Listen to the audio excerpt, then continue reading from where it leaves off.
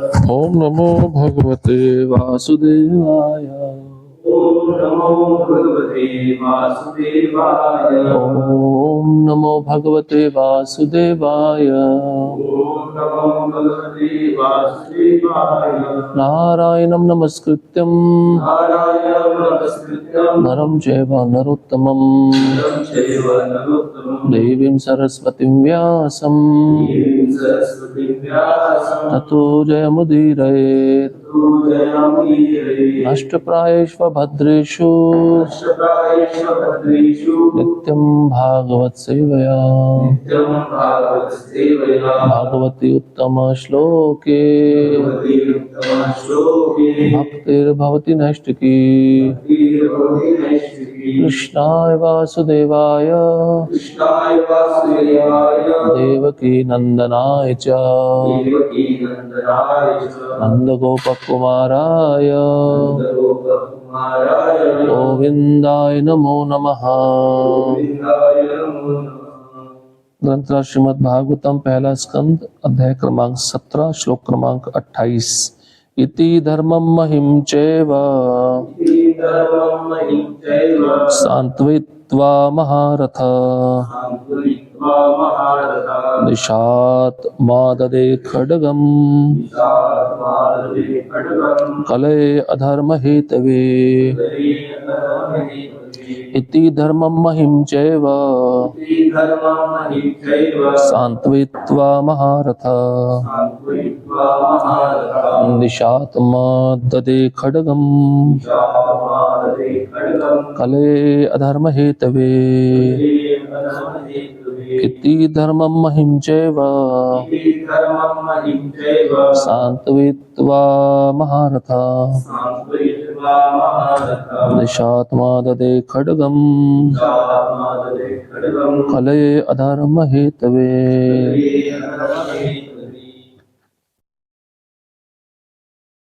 इति धर्मं महिं चैव इति धर्मं महिं चैव सान्त्वयित्वा महारथा सान्त्वयित्वा महारथा निशात्मादे खड्गं निशात्मादे खड्गं कलये अधर्महेतवे कलये अधर्महेतवे।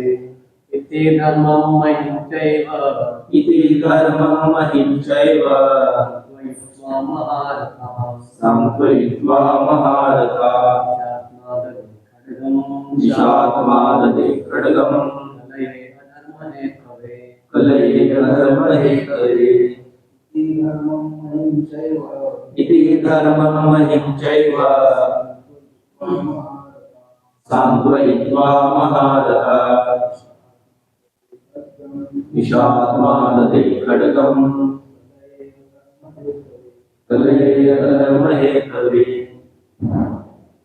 शब्दार्थ इति इस प्रकार धर्मम धर्म को महिम पृथ्वी को च भी एवं जिस तरह सांत्वित्वा सांत्वना देकर महारथ हजारों से अकेले लड़ने वाला सेनापति महारथी निशातम तेज आददे ले लिया खड्गम तलवार कलये कली को मारने के लिए अधर्म के हेतवे मूल कारण। अनुवाद और तात्पर्य हिज डिवाइन ग्रेस श्री भक्ति वेदांत स्वामी शिल प्रभुपाद द्वारा शिल प्रभुपाद की जय। अनुवाद इस प्रकार एक साथ 1000 शत्रुओं से अकेले लड़ सकने वाले महाराज परीक्षित ने धर्म तथा पृथ्वी को सांत्वना दी। तब उन्होंने समस्त अधर्म के कारण साक्षात कली को मारने के लिए अपनी तेज तलवार निकाल ली। तात्पर्य जैसा कि ऊपर कहा जा चुका है, साक्षात कली वह है जो जानबूझकर शास्त्रों द्वारा वर्जित समस्त प्रकार के पाप कर्मों को करता है। यह कलयुग निश्चित रूप से कली के समस्त कार्यकलापों से भरा हुआ रहेगा, लेकिन इसका अर्थ यह नहीं है कि समाज के सारे नेता, प्रशासक, विद्वान तथा बुद्धिमान व्यक्ति यह सबसे ऊपर भगवत भक्त हाथ पर हाथ धरे बैठे रहे और कलयुग के सारे कार्यों के प्रति निश्चेष्ट हो जाएं। वर्षा ऋतु में निश्चित रूप से प्रचुर वर्षा होती है, लेकिन इसका अर्थ यह नहीं है कि लोग वर्षा से बचने के लिए साधन ना अपनाएं। राज्य के कार्यकारी अध्यक्षों का तथा अन्यों का कर्तव्य है कि वह कली के कार्यकलापों के विरुद्ध या कली द्वारा प्रभावित पुरुषों के विरुद्ध आवश्यक कार्यवाही करे। महाराज परीक्षित राज्य के आदर्श कार्यकारी अध्यक्ष हैं, क्योंकि वे अपनी तेज तलवार से कली को मारने के लिए तुरंत तैयार हो गए। प्रशासकों को चाहिए कि वह केवल भ्रष्टाचार विरोधी प्रस्ताव पारित ना करे, अपितु उन्हें चाहिए कि भ्रष्टाचार फैलाने वाले पुरुषों को प्रमाणित शास्त्रों की दृष्टि से पैनी तलवार लेकर मारने के लिए उद्यत रहे। शराब की दुकानों की अनुमति देकर प्रशासक लोग भ्रष्टाचारी गतिविधियों को नहीं रोक सकते। उन्हें चाहिए कि मादक औषधियों तथा शराब की सारी दुकानें अविलंब बंद करा दें और जिन लोगों को नशे की लत हो उन्हें मृत्यु दंड तक देने से ना हिचकें। कली के कार्यकलापों को बंद करने का यही उपाय है, जैसा कि यहाँ पर महारथी महाराज परीक्षित ने प्रदर्शित किया है। ओम अज्ञानतिमिरन्धस्य ज्ञानञ्जनशलाकया चक्षुरुन्मिलितं येन तस्मै श्रीगुरुवे नमः। श्रीचैतन्यमनोभीष्टं स्थापितं येन भूतले स्वयं रूपः कदा मह्यं ददाति स्वपदान्तिकं। वन्देऽहं श्रीगुरुः श्रीयुतापदकमलं श्रीगुरुन् वैष्णवांश्च श्रीरूपं साग्रजातं सहगण रघुनाथान्वितं तं सजीवं साद्वैतं सावधूतं परिजनसहितं कृष्णचैतन्यदेवं श्रीराधा कृष्णपादान् सहगण ललिता श्रीविशाखान्वितांश्च।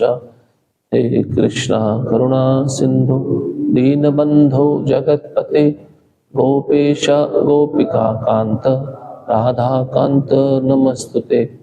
तप्त कांचन गौरांगे राधे वृंदावनेश्वरी वृषभानुसुते देवी प्रणमामि हरिप्रिये। वाञ्छा कल्पतरुभ्यश्च कृपा सिन्धुभ्य एव च पतितानां पावनेभ्यो वैष्णवेभ्यो नमो नमः। नमो महावदन्याय कृष्णप्रेमप्रदायते कृष्णाय कृष्णचैतन्य नामिने गौरत्विषे नमः।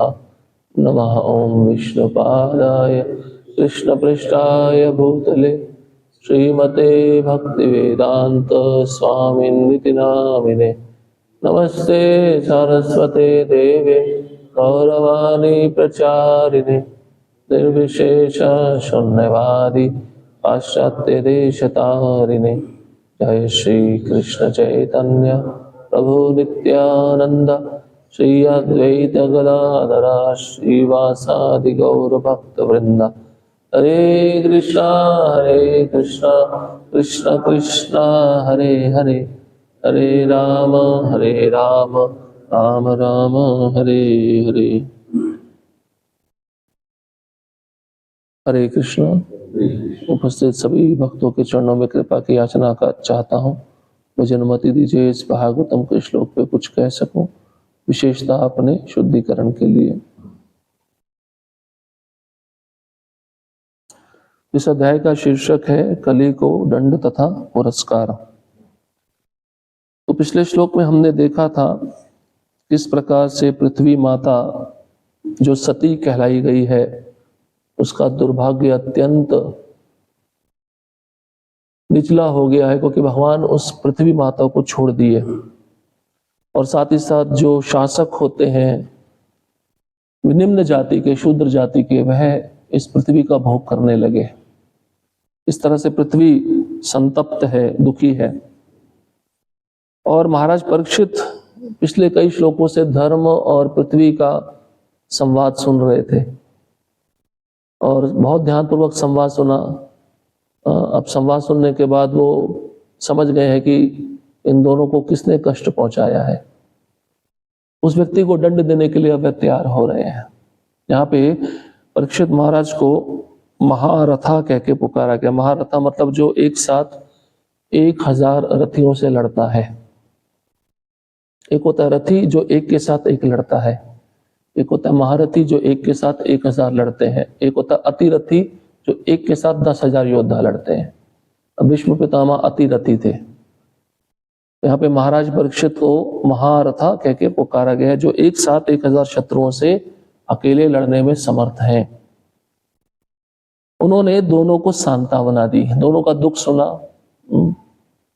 एक व्यक्ति होता ना जो अच्छा दो विवादों के बीच में अच्छी सुलह करा सके, समझौता करा सके, तो व्यक्ति को दोनों पक्षों का ध्यानपूर्वक सुनना चाहिए, ध्यानपूर्वक शांति से सुनना चाहिए, फिर मनन चिंतन करना चाहिए, निर्णय लेना चाहिए, तो व्यक्ति नई सही निर्णय पे आ सकता है। तो परीक्षित महाराज ने दोनों का सुना अच्छे से, निष्कर्ष निकाला इसके पीछे कष्ट कौन पहुंचा रहा है, कली पहुंचा रहा है, और उसको मारने के लिए वह अपनी तलवार निकाल ली। खड्गम कलये अधर्म हेतवे। कलयुग में जितने भी पाप है उसका मूल कारण क्या है, कली है। अब प्रभुपाद जी बहुत विशेष बात लिखते हैं जो आज के जमाने में हमको डाइजेस्ट नहीं होगी। प्रभुपाद जी लिखते हैं जितने भी शराब खाने खुले हुए हैं उन सबको मृत्यु दंड मिलना चाहिए, फांसी सीधा। अब फिर जो मर्डर करता है उसके साथ क्या किया जाना चाहिए? प्रभुपाद कह रहे हैं जो शराब बेच रहा है और शराब पी रहा है दोनों को मृत्यु दंड मिलना चाहिए।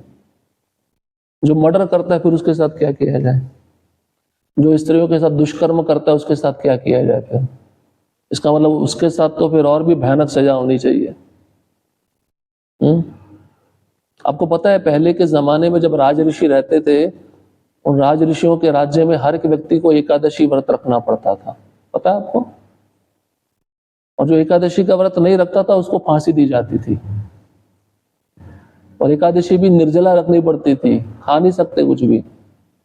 जो निर्जला नहीं रखता था उसको फांसी पे लटकाया जाता था। ऐसे राजा थे पूर्व जमाने में। पहले के राजाओं का और अभी के राजाओं का तुलना करिए। अभी के राजा कैसे हैं? कुछ भी हो रहा होने दो। पिछले श्लोक में हमने पढ़ा ना, केवल अपने धन संपत्ति को इकट्ठा करना, इसको बोलते हैं 2 नंबर की कमाई। वैसे तो प्रभुपाद जी एक बात और बता रहे हैं, हमें हाथ पे हाथ धरे बैठे नहीं रहना चाहिए। पर हमारे अंदर शक्ति है कली से लड़ने की, बिल्कुल है। एक साथ मिलकर रहेंगे तो लड़ सकते हैं, अकेला व्यक्ति नहीं लड़ पाएगा। प्रभुपाद जी बहुत अच्छा उदाहरण दे रहे हैं। वर्षा ऋतु में जब वर्षा होती है तो पानी से बचने के लिए, वर्षा से बचने के लिए कोई ना कोई साधन अपनाया जाता है, नहीं अपनाया जाता? अब किसी को काम पे जाना है, बारिश हो रहा है, बैठा रहे बारिश हो रही है, मैं काम पे नहीं जाऊंगा, ऐसा होता है क्या? वो छतरी लेगा, गाड़ी मंगवाएगा, कुछ ना कुछ तो साधन उसके पास में होगा ना। ऐसे ही प्रभुपाद जी कहते हैं जो ऊंचे ऊंचे प्रशासक वर्ग हैं, अधिकारी लोग हैं, तो उनको वो कली के विरुद्ध लड़ना चाहिए। अब ऐसे लोग ही कली में घुसे हुए हों, ऐसे लोग भ्रष्टाचारी हों, फिर प्रभुपाद जी लिख रहे हैं कि जनता को, जो इनोसेंट है, जो निर्दोष है, उसको एक साथ मिलकर एक कली के खिलाफ विद्रोह छेड़ देना चाहिए। ये प्रयत्न करना चाहिए, तभी सरकार की आंखें खुलती नहीं खुलती। कभी कभार वो देखने पे आंखें नहीं खुलती। लेकिन अब समस्या क्या है, ऊपर के लोग ही कली के साथ हाथ मिला के बैठे हुए हैं। सही है ना? 1990 में आपने सुना होगा कश्मीरी पंडितों का हुआ था, है ना? उनको कश्मीर से निकाल दिया। 5 लाख कश्मीरी पंडित जो हिंदू थे उनको विस्थापित कर दिया गया था। तो जिस व्यक्ति ने मारा था, जो टेररिस्ट था, प्राइम मिनिस्टर उसके साथ हाथ मिला रहा है और फोटो खिंचवा रहा है, उसको हार पहनाया जा रहा है। बाद में जब सरकार बदली, अब उसको जेल में डाला गया और जेल में सड़ रहा है। आप समझ रहे हैं बात को? जब सरकार ही ऐसे लोगों के साथ हाथ मिलाएगी जो कली के चेले हैं, आम जनता कहाँ जाएगी? भागवतम के 6वें स्कंद में उदाहरण आता है, मान लीजिए कोई बच्चा अपनी माता के गोद में सुकून भर के सो रहा है, लेकिन माता का मन में प्लान चल रहा है बच्चे को मारने का। वो बच्चा किसके आश्रय में जाएगा? वही स्थिति कलयुग में आम जनता की है। जो नेता लोग हैं वो जनता के टैक्स को चूस कर पी रहे हैं, खा रहे हैं, है ना? इसलिए तुरंत दंड मिलना चाहिए। प्रभुपाद जी लिख रहे हैं जैसे परीक्षित महाराज ने देखा कि ये दोषी है, तुरंत उसको मारने के लिए अपना खड्ग निकाल लिया। उन्होंने ये नहीं सोचा नहीं इसको छोड़ देना चाहिए, ऐसा नहीं सोचा। अपराधी को दंड मिलना चाहिए नहीं मिलना चाहिए? मिलना चाहिए। अपराधी को दंड नहीं मिलेगा तो उसका अपराध करने का विचार और बढ़ता जाएगा, फिर वो डरेगा नहीं किसी से। अब प्रभुपाद जी एक बात और लिखे हैं, खाली पार्लियामेंट में बैठकर बिल प्रस्तावित नहीं करना चाहिए। बिल बना दिया, ये दंड होना चाहिए, उस पर अमल भी होना चाहिए। भारत में इतने सारे अपराध क्यों होते हैं? बच्चों के विरुद्ध, स्त्रियों के विरुद्ध क्यों होते हैं? क्योंकि कोई कड़ा कानून नहीं है, उस पर कोई अमल करने वाला नहीं है। आपने सुना होगा सऊदी अरेबिया, कतार, इसमें स्त्रियों के खिलाफ कोई वो नहीं है, अपराध नहीं होते, वो कानून बहुत कड़े हैं उधर।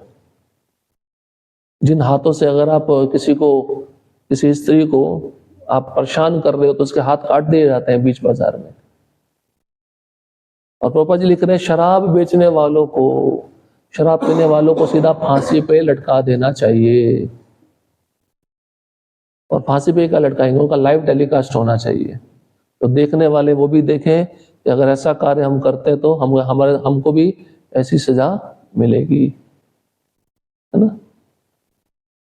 अमेरिका में पता है क्या रूल है? अगर अपराधी को 1 महीने के अंदर दोषी साबित कर दिया जाता है सबूत के साथ, वहां पे फांसी की सजा नहीं है, इलेक्ट्रिक चेयर होती है। इलेक्ट्रिक चेयर समझते हैं? बिजली वाली कुर्सी होती है, उस पर बैठाया जाता है, उसके हाथ बांधे जाते हैं, पांव बांध दिए जाते हैं, और उस कुर्सी में 10,000 वोल्ट का करंट छोड़ा जाता है। अब मान लो एक तार हो, वायर हो, उसमें 10,000 वोल्ट का करंट, उसको छुओगे तो शरीर का क्या होगा? ब्लास्ट होगा, शरीर खत्म, वहीं पे खत्म। वैसा उस व्यक्ति के साथ किया जाता है। भारत में कैसा फांसी दी जाती है? फांसी भी कब दी जाती है? वो व्यक्ति पता है क्या करता है? अपने को बचाने के लिए राष्ट्रपति से गुहार लगाता है। उसका आखिरी अंतिम उपाय होता है राष्ट्रपति। राष्ट्रपति ने अगर माफी कर दी फांसी का तो उसको कोई फांसी नहीं दे सकता। आपने सुना होगा 2011 में केस हुआ था दिल्ली में, एक स्त्री थी, उसके साथ रात में दुष्कर्म किया गया था, बहुत ब्रूटली उसको मार दिया गया था। मरने से पहले उसने कुछ लोगों को पहचान लिया था, तो पुलिस उस अपना कार्य ठीक से कर नहीं रही थी। जब कॉलेज के युवक युवतियों ने प्रोटेस्ट किया, बहुत बड़ा आंदोलन छिड़ा, तब सरकार जागी, तो उन्होंने उन चारों को पकड़ा। पकड़ने के बाद केस कम से कम 12 साल चला, जबकि सब सबूत थे। 12 साल केस चला, जबकि नहीं चलना चाहिए था। 12 साल केस के बाद फिर फांसी का कोर्ट ने ऑर्डर कर दिया। उसमें फिर वकील लोग भी पैतरे अपनाते हैं ना, कैसे बचाया जाए। फिर वो डिस्ट्रिक्ट कोर्ट में केस था, वो हाई कोर्ट में गया, हाई कोर्ट ने भी वही सजा सुनाई, हाई कोर्ट से फिर सुप्रीम कोर्ट में गया। अब इसमें भी कितने साल जाते हैं। और उसके बाद में फिर उन्होंने सोचा आखिरी उपाय है, राष्ट्रपति को चिट्ठी लिखी जाए। चारों ने लिखा, हम बहुत गरीब हैं, हमारे पास धन नहीं है, हम मर जाएंगे तो हमारे परिवार का पालन पोषण कौन करेगा। राष्ट्रपति ने भी ठप्पा लगा दिया, नहीं, फांसी तो मिलनी चाहिए, क्योंकि तुम्हारा कर्म बड़ा क्रूर है। तब जाके फांसी मिला। कितना समय लगता है इंसाफ के लिए। इसलिए सरकार ऐसी होनी चाहिए, तुरंत उसको सजा होनी चाहिए, जनता को पता लगना चाहिए कि दोषी बच नहीं पाएगा, है ना। अमेरिका में एक केस हुआ था, वहां पे एक व्यक्ति जो नवयुवक था, एक स्त्री के साथ में, उसकी गर्लफ्रेंड थी, तो उसको ले गया एकांत में, उसके साथ बातचीत चल रही थी, तो कुछ वाद विवाद हो गया किसी छोटी सी बात पर। आपने देखा होगा अमेरिका का जो राष्ट्रीय खेल है, नेशनल गेम है, वो बेसबॉल है। बेसबॉल में जो बैट देखा है, गोल कलर का बैट होता है, उस बैट से उसने उस लड़की को मार दिया, सर पे बारंबार मारता रहा। मारने के बाद उसने सारा वहां से जो ब्लड था, सारे सबूत थे, आराम से उसने साफ कर दिए। साफ करने के बाद में जब उसके पिता, उस लड़की के पिता को पता चला कि मेरी बेटी कहीं गई है, वापस नहीं आई, काफी दिन हो गए, पुलिस में उन्होंने कंप्लेन किया। अब पुलिस में कंप्लेन के बाद पुलिस ने जांच पड़ताल शुरू किया, तो उन्होंने सबूत निकालने शुरू किए। उस व्यक्ति का पता लगाया जिसके साथ वो आखिरी बार देखी गई थी। उस व्यक्ति के जब घर पहुंचे, घर की तलाशी ली लेकिन कुछ भी सबूत नहीं मिला। तो वो केस बंद हो गया। अब बंद होने के बाद में उस व्यक्ति को थोड़े समय के लिए पकड़ा तो गया था, वो कोर्ट में आके बैठता था और हंसता था। किस पे हंसता था? वो लड़की के पिता पे हंसता था, क्योंकि वो सोचता था मुझे कोई सजा नहीं दे सकता है, सबूत ही नहीं है। और पिता, जो लड़की है उसके पिता को कैसा महसूस होता होगा, जबकि उनको पता है दोषी यही है। हंसता था। एक तो जुर्म करके व्यक्ति हंस रहा है तो उसके अंदर कितनी निर्दयता भरी हुई है, क्रूर है वो अंदर से। 10 साल हो गया लेकिन कोई सजा नहीं हुआ, उसको छोड़ दिया गया। लेकिन उस लड़की के पिता ने हिम्मत नहीं हारी, उसने फिर केस को रीओपन किया, करवाया। करवाने के बाद में जब इस बार टेक्नोलॉजी हर साल अच्छी होती जाती है ना, तो इस बार क्या हुआ कि जब पुलिस के लोग उस व्यक्ति के घर में गए जहां पे उसने मारा था, उस समय एक ऐसा केमिकल आता है, उस केमिकल को अगर अंधेरे में छिड़कोगे पूरा डार्क रूम में लाइट बंद करके, तो जहां पे भी ब्लड के स्ट्रेन होते हैं, खून के धब्बे होते हैं, वो उस केमिकल के संपर्क में आकर दिखने लगेंगे, वो चमकने लगेंगे काले अंधेरे में। तो जैसे उस केमिकल को छिड़का गया, स्प्रे किया गया, तो क्या देखा, नीचे तो कुछ नहीं देख रहा था लेकिन दीवार पे खून का धब्बा रह गया था, तो चमक रहा था। तब पुलिस को वो सबूत मिला, उस एक खून के धब्बे से उस व्यक्ति को सजा दी गई। उसके बाद में भी वो हंस रहा था। तब जज जो सामने बैठा था उसको बहुत गुस्सा आ गया, क्योंकि न्याय की उम्मीद तो जज से की जाती है ना। जज ने देखा कि इतना क्रूर व्यक्ति है, इतने सालों तक रिहा रहा और उसके जुर्म करने के बाद भी हंस रहा है, तो जज को गुस्सा आ गए, उसने लिख दिया, उसका सजा लिख दिया, पनिशमेंट लिख दिया। 1 महीने के अंदर उसको सजा हुआ और उसको मृत्यु दंड दिया गया। ऐसे लोगों को नहीं छोड़ा जाना चाहिए। आपने सुना होगा भगवत गीता में बताते ना, आतताई। आतताई कौन है? जो किसी के खाने में जहर मिला दे, उसके लिए मृत्यु दंड है। हा? जो किसी की पत्नी को भगा के ले जाए, तो किसी के घर में आग लगा दे, किसी के बच्चे का अपहरण कर ले, इसके लिए, इन सब सजाओं के लिए मृत्यु दंड है। तो भारत में अब ये सजा तो कोई लागू होती नहीं है ना? क्या सजा? आजीवन कारावास। उसमें क्या होता है, वो जेल में रहता है, सब फैसिलिटी लेता है, आराम से खाता पीता है। नेता हो तो और भी अच्छा है। A class jail, B class jail, C class jail होते हैं ना, नेताओं का A क्लास जेल होता है, उसमें AC लगा रहता है, टीवी लगा रहता है, खाने पीने के लिए सारी अच्छी अच्छी वस्तुएं आती रहती है। तो ऐसी सजा किस काम की? जो बाहर रह के भी वो आनंद ले रहा था, जेल में रह के भी वो आनंद ले रहा है। मसाज भी करवाता है, बाहर से बुलवाता है, मेरी मसाज करा दो। नेता लोग आजकल यही करते हैं, जेल में भी बैठे बैठे सुख का आनंद लेते हैं। किससे उम्मीद रखी जाए? कोई व्यक्ति है ऐसा जो हमको न्याय दिला सके? जो गायें मर रही हैं, जिनको कसाई खाने भेजा जा रहा है, उस कसाई खानों को कोई बंद करने वाला चाहिए नहीं चाहिए? इतनी हिम्मत है किसी के अंदर? अभी वर्तमान स्थिति में तो किसी के अंदर इतनी हिम्मत नहीं है।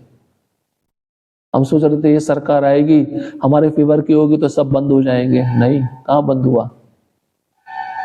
हम सोचते हैं योगी जी की सरकार आएगी, वो बंद कर देगी, भूल जाओ, वो भी बंद नहीं होने वाला,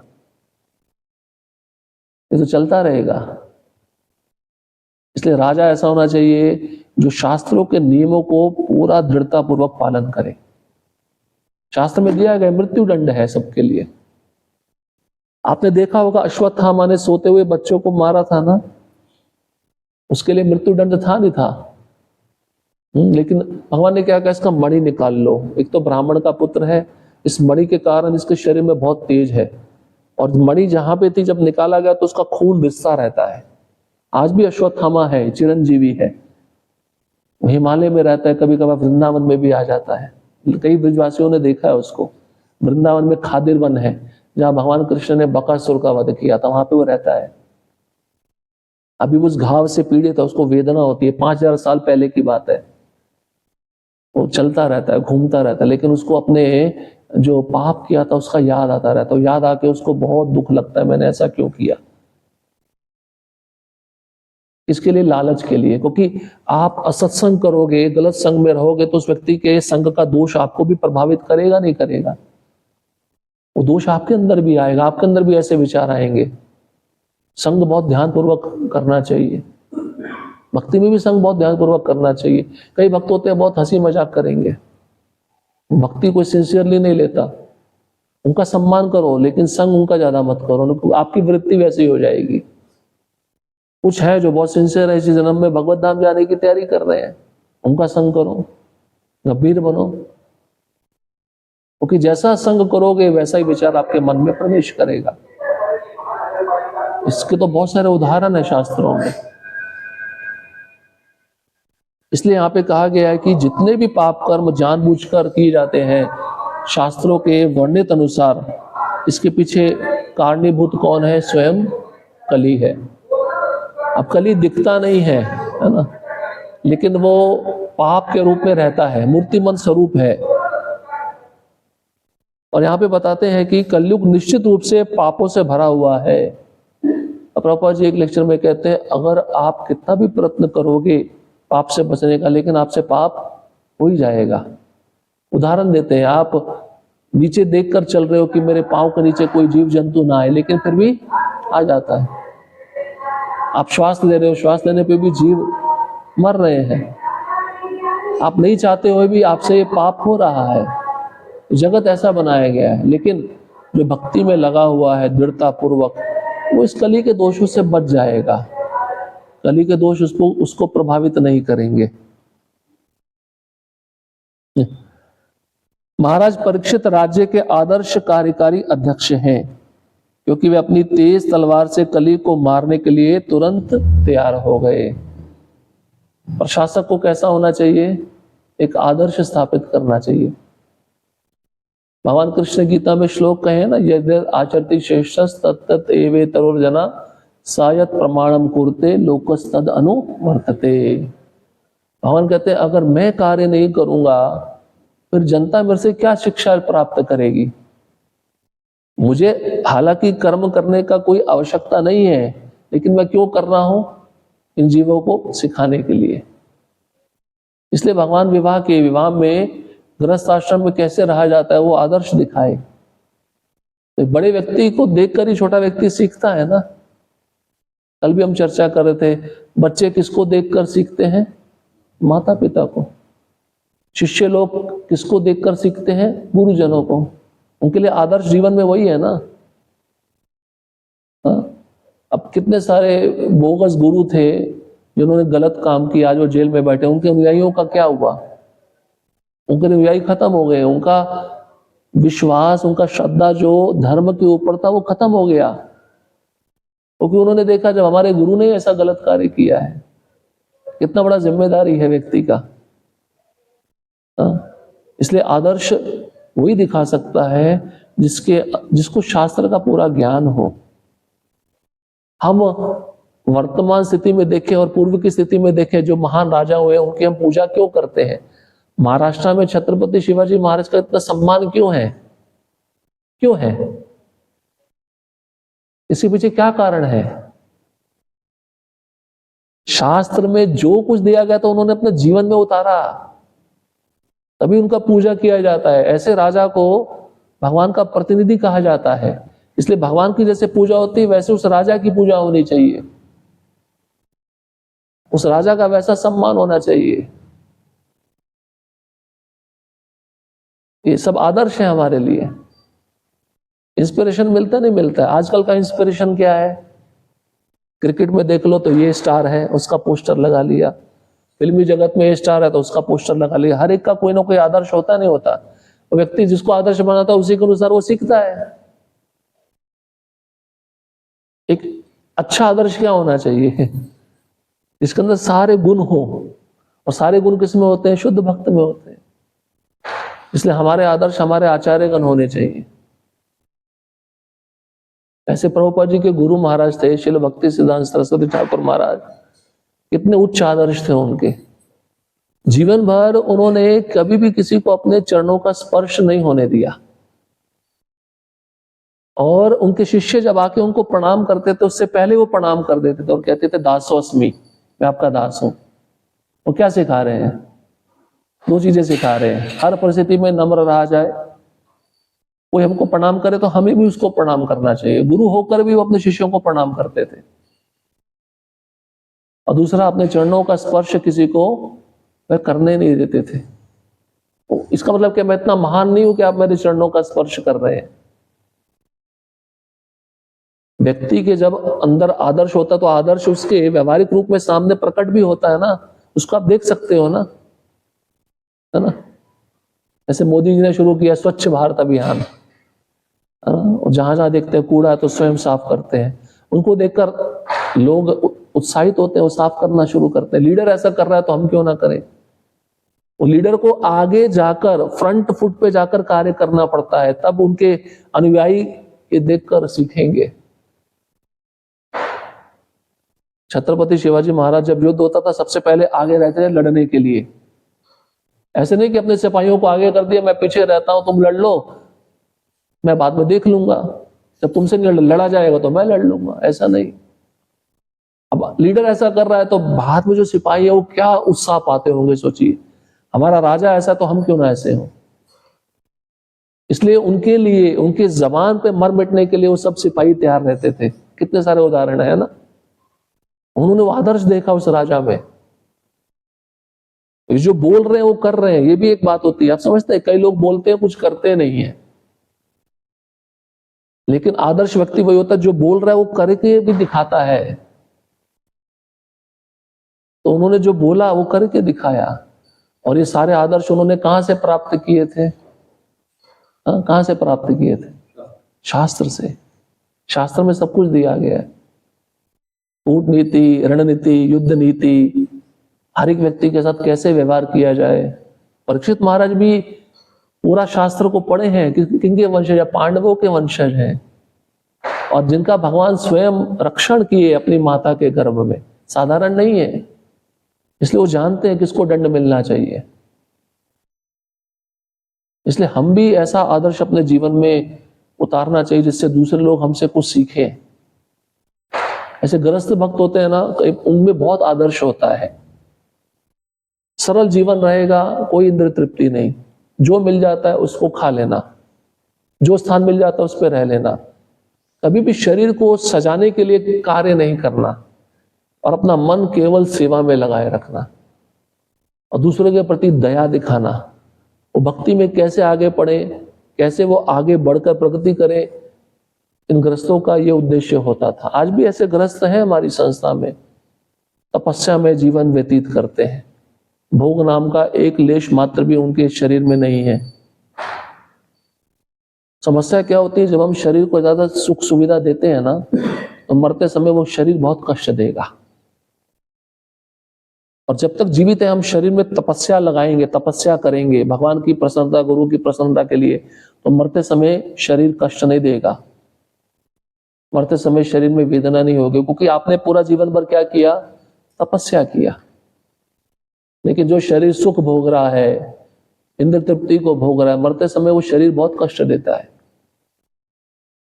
इसलिए ऐसे भक्त जो जीवन भर प्रामाणिकता से सेवा करते हैं, दूसरों के लिए आदर्श प्रस्तुत करते हैं, ऐसे भक्तों को अंतिम समय में कुछ भी समस्या नहीं होती। वो हंसते हंसते शरीर छोड़ देते हैं, उनका प्राण निकल जाता है। और आप अनुभव भी करो, देखो भी, ऐसे भक्त जब शरीर छोड़ते हैं तो उनके मुखमंडल पे बहुत तेज होता है, और उनका जो चेहरा होता है स्मित हास्य से भरा होता है। मरते समय व्यक्ति कितना कितना कितना तकलीफ में होता है, कितना रोता है, कितना चिल्लाता है। लेकिन एक परिस्थिति ऐसी भी है जिसमें वो हंस रहा होता है, उसको कोई वेदना नहीं है या नहीं है? क्यों? क्योंकि वो जीवन भर प्रामाणिकता से आदर्श दूसरों के लिए स्थापित किया। परीक्षित महाराज का साथ भी ऐसा ही था। भागवतम में लिखा है, जब तक्षक नाग काटने के लिए आ रहा था 7वें दिन, तो सुखदेव गोस्वामी बोले, राजन चिंता मत करो, तक्षक नाग आएगा, उसकी वेदना तुमको नहीं कष्ट पहुंचा पाएगी।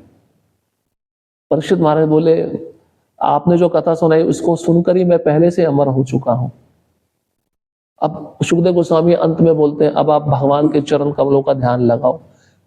और जैसे उन्होंने आंख बंद किया, वहां पे बताया गया, विश्वनाथ चक्रवर्ती ठाकुर टीका में लिखते हैं कि तक्षक नाग आया, उसने अपने मुख से अग्नि छोड़ा परीक्षित महाराज के शरीर को भस्म करने के लिए। उससे पहले परीक्षित महाराज उस शरीर को छोड़ के जा चुके थे।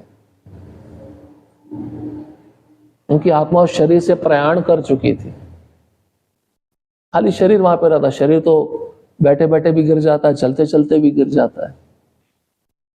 उनको कोई वेदना नहीं हुई, उनको पता था मृत्यु पास आ चुकी है। उन्होंने, सुखदेव गोस्वामी बोले डरो मत, अब मृत्यु आ रही है। तो बोले मैं डर नहीं रहा, अब तो मुझे खुशी है, मैं भगवान के पास जा रहा हूं। इसलिए जो राजा होते हैं उन्होंने जीवन भर ट्रेनिंग लिया होता है। शुरुआत के कार्यकाल में जो 4 वर्ण 4 आश्रम होते हैं उसमें सबसे पहले ब्रह्मचारी वर्ग होता है ना। पहले के राजाओं को गुरुकुल में भी भेजा जाता था। कृष्ण गुरुकुल में गए थे, नहीं गए थे? सांदीपनि मुनि के आश्रम में गए थे ना, उन्होंने सारी कलाएं सीखी थी। भगवान राम भी गुरुकुल में रहते वशिष्ठ मुनि के निरीक्षण में। क्यों? क्योंकि तपस्या, इंद्रियों का निग्रह जरूरी है, और जब हम करते हैं जीवन भर हमें कोई परेशानी नहीं होगी और हम निर्णय बहुत अच्छे से ले पाएंगे। जो कंफ्यूज होता है ना, कंफ्यूज समझते हैं, तो निर्णय नहीं ले पाता क्या सही है क्या गलत है। मैं ब्रह्मचारी आश्रम में जाऊं या गृहस्थ आश्रम में जाऊं, दोनों तरफ समस्याएं दिख रही हैं।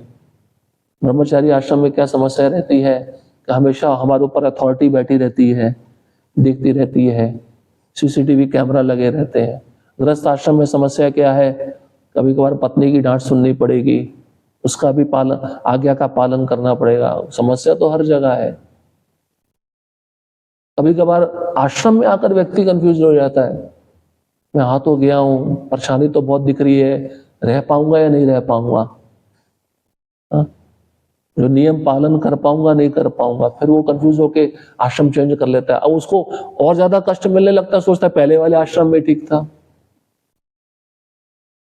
कंफ्यूज क्यों है वो? उसकी विचार शक्ति निपुण नहीं है निर्णय लेने के लिए। कारण क्योंकि उसने अपने जीवन में तपस्या नहीं किया, अपने इंद्रियों का निग्रह नहीं किया, यही कारण है। इसलिए प्रभुपाद जो फॉर्मूला दिया है ना, सबसे बेस्ट फॉर्मूला है कलयुग के लिए। प्रैक्टिकल विधि यही है। अर्जुन पूछे ना, मैं तो अष्टांग योग नहीं कर सकता, मेरा मन बड़ा चंचल है। भगवान बोलते अभ्यास से मन वश में आ सकता है। अभ्यास क्या है? इसलिए रोज जप करो, रोज जप करो, ध्यान पूर्वक प्रयास करो, रोज भागवतम सुनो। ये अभ्यास ही तो है, और क्या है? जब आप नियमित रूप से करते जाओगे क्या होगा? आपका इंद्रियां, आपका मन आपके वश में आ जाएगा। आप निर्णय तुरंत ले सकते हो, क्या सही है क्या गलत है। ये सब चीजें यहीं से प्रारंभ होती हैं। पहले सिखाया जाता था, लेकिन अब स्कूल कॉलेज हैं, इंद्र तृप्ति के स्थान खोल दिए गए। स्कूल कॉलेज में भी क्या चल रहा है? यही तो चल रहा है ना। बच्चे पढ़ते कम है, क्लास बंक ज्यादा करते हैं। क्लास बंक करके कहाँ जाते हैं? आप में से अधिकतर यूथ हो, आपको पता है, हा?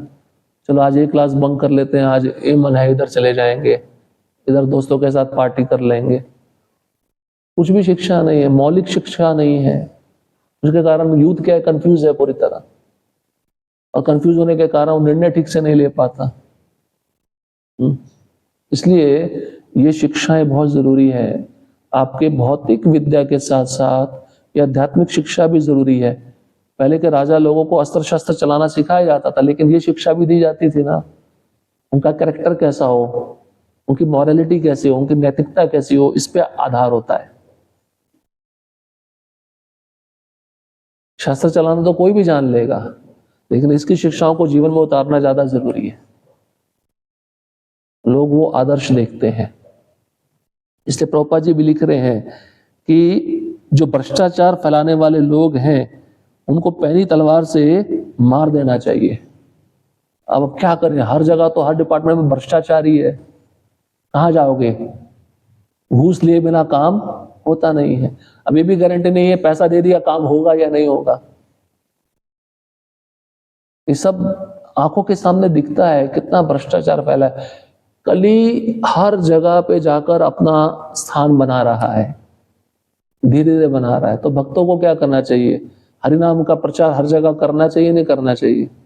अब कली जब इस प्रकार से तीव्रता पूर्वक अपना प्रचार कर रहा है तो भक्तों को उससे भी दोगुना तीव्र गति से प्रचार करना चाहिए। भक्त लोग कहते हैं ना, प्रभु जी हमारा मन नहीं लग रहा। मन ना लगने का कारण क्या है? क्योंकि तुमने मन को सेवा में व्यस्त नहीं किया है। सेवा करते करते मन से कृष्ण का चिंतन नहीं किया है, यही कारण है जो मन परेशान करता है। मन का स्वाभाविक स्थिति क्या है? चंचल, अनादिकाल से चंचल है, स्वतंत्र है। अब आप उसको थोड़े समय के लिए वश में करना चाहते हो और फिर उसको खुला छोड़ देते हो। जब आपने उसको खुला छोड़ा फिर अपना स्वभाव दिखाएगा नहीं दिखाएगा? वही स्थिति हमारे साथ में है। भागवत में एक उदाहरण आता है, जब शिकारी शिकार करता है ना, वो शिकार करके जब उसको जाल में फंसा लेता है, लेके जा रहा होता है, तो उसकी नजरें किसकी? शिकारी की, शिकार पे रहती है, कहीं भाग ना जाए। ऐसे योगी को सावधान रहना चाहिए कि मेरी इंद्रियों पे मुझे विश्वास नहीं है, कभी भी मेरे को गलत मार्ग पे लेके जा सकती है। सतर्कता पूर्वक इंद्रियों पे आंखें बनाए रखनी चाहिए, दृष्टि बनाए रखनी चाहिए। एक क्षण के लिए भी आप छोड़ नहीं सकते हो। सांप को थोड़े समय के लिए छोड़ दो, क्या करेगा आपके साथ में? सांप पकड़ने वाले देखा कैसे पकड़ते हैं? पकड़ते तो छोड़ते नहीं, उनको पता छोड़ दी तो हम मर जाएंगे। वैसी इंद्रियां हैं, इंद्रियों को थोड़े समय के लिए छोड़ा, वो इंद्रियां आपको खत्म कर देंगी। इमरजेंसी केस है, आईसीयू में हम पड़े हुए हैं, हमारा केस आईसीयू में पड़ा हुआ है।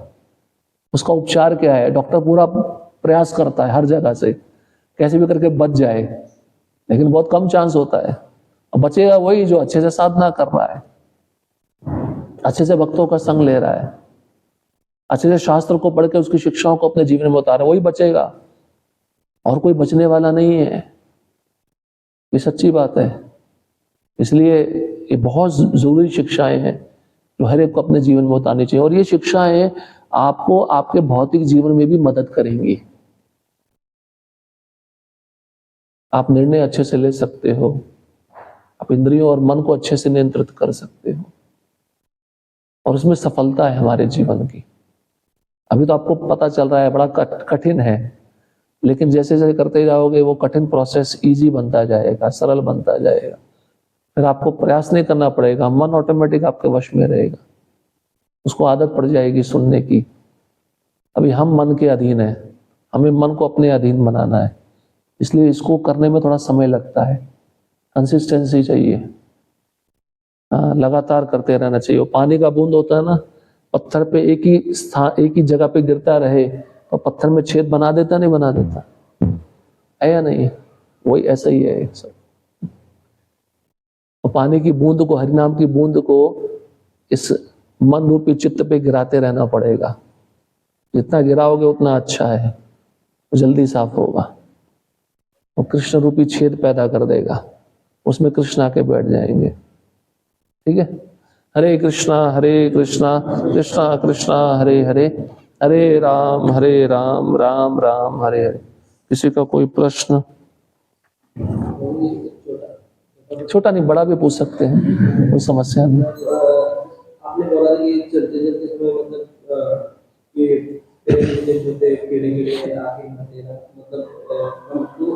एक बार दिखता है कि आ गया और मर गया, तो फिर बाद में थोड़ा मतलब ये रहता है कि मन उधर हो जाता है, फिर वो उसका पाप लगता है। ठीक है, जो गलती हो गया उसको दोबारा नहीं करना है। देखते हुए चल रहे हैं, आ गया तो साइड से चले जाना चाहिए। गलती से आ गया, ठीक है, दोबारा नहीं करना चाहिए। हमारे भक्त तो इतने दयालु हो, कहते हैं प्रभु जी आ गया तो उसका उद्धार हो गया। जैसे हम शुद्ध नाम ले रहे हैं, है ना, हम शुद्ध नाम ले रहे हैं, हमारा स्थिति तो बड़ा खराब है। प्रयास करना चाहिए। अब जैसे एक उदाहरण ये भी बताया ना, श्वास लेते समय उसमें भी जीव मर रहे हैं। मिक्सी आप चलाते हो, गैस ऑन करते हो, उसमें भी जीव मर रहे हैं। तो ऐसा बताया गया जो भक्ति में लगा है, ये जो जिसके बिना, जिन चीजों के बिना हम रह नहीं सकते, वो चीजें हमसे हो रही हैं, उसका परिणाम हमको नहीं मिलता, उसका रिएक्शन नहीं मिलता। लेकिन जो भक्ति में नहीं है और जो अपने इंद्रिय तृप्ति के लिए खा रहा है, अपने इंद्रिय तृप्ति के लिए काम कर रहा है, उसको ये परिणाम भोगने पड़ेंगे, उसको रिएक्शन भोगना पड़ेगा। लेकिन फिर भी सावधान रहना चाहिए। जैसे भरत महाराज थे ना, जड़ भरत, देखा चींटियों की लाइन है, अरे इसमें भगवान बैठे हैं, मैं इनके ऊपर पाँव कैसे रख सकता हूँ? तो पाँव नहीं रखे उसको।